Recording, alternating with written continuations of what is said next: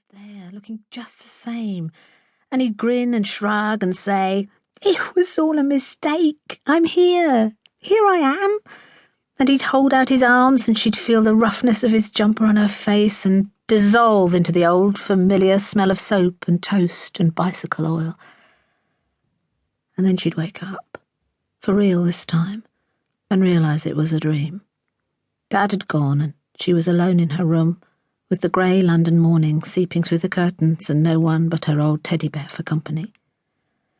She'd hear Mum getting breakfast downstairs, and even the clatter of the plates would sound lonely. Then Rose would get up, get dressed, get on the bus to school, and at the end of the day she'd come home and there'd still be no Dad, and Mum would still be silent and sad, and nothing would ever change, ever, ever, ever. And that was when she wanted to go back into the dream and stay there for good. Grandad made a little sound in his sleep and shivered. One of his hands was on the table between them, square-cut nails, brown spots on the back, veins standing out. Rose's heart clenched as she looked at it. Grandad was so old. He wouldn't be around forever. Rose couldn't bear to think what a world without Grandad would be like, so she reached out a hand to wake him. She wanted him to be there with her, to talk about normal stuff, make her laugh, start embarrassing conversations with strangers, anything. Then, as a funny little half-smile passed across his sleeping face, she changed her mind. She'd let him sleep. Her dad was his son, his boy. He missed him too. And perhaps, like Rose, he was dreaming about a knock on the door. So Rose got out her phone instead and scrolled through the names. Home, Ella, Grace, Grandad, Mum Mob, Dad Mob. She clicked on Dad Mob. No one knew she still sent him texts. Not Mum, not Grace or Ella, not even Grandad. It was her secret. She'd sent the first one the day of the funeral. Everybody had come back to the house after the service for cups of tea and sandwiches, and Rose had sat by herself in the chair where Dad always sat to watch the football, a small knot of unhappiness, while the room, the guests, swirled anti-clockwise around her.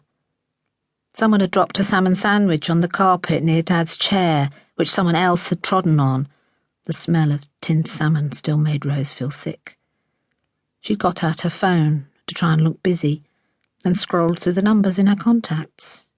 Home, Ella, Grace, Grandad, Mum Mob, Dad Mob, Dad Mob, Dad Mob, Dad. She couldn't bring herself to delete it. That would make it real, the fact that he was gone, final. So, sitting there in his favourite chair, she'd sent him a text instead. 5 words. "Hello, Dad, it's me, Rose." Then a kiss, just one. X. The thought of the words flying up through the air had made her feel a tiny bit better, so she'd been doing it ever since. She didn't write anything important or weird, just the usual stuff. "I'm on the bus and I'm bored. X. History exam today. Arg, X." Sometimes she just put X, X, X. Rose wondered what happened to all the texts she sent. She pictured them flying up, suspended against the blue of the sky for an instant, before slithering down and ending up in a drift at the bottom like dead leaves. Then Dad would come along and stare at them for a second, before crouching down to sift through them and reassemble her messages. "I miss you. I'm sad. I don't want to be here if you're not." Sometimes she wondered how she'd feel if she got a reply. It'd probably be from someone who'd taken over the number. "Who are you? Stop texting me, freak." Fnf. Grandad made a loud snort and woke himself up. He looked around accusingly as if he didn't know where he was, and glared at the woman working on her laptop before his eyes came to rest on Rose, and his face softened. For a second he looked so much like Dad that Rose felt her eyes prickle. "All right, cabbage." Grandad was the only one who called her that now. Rose shook her head at him, pretending to be cross.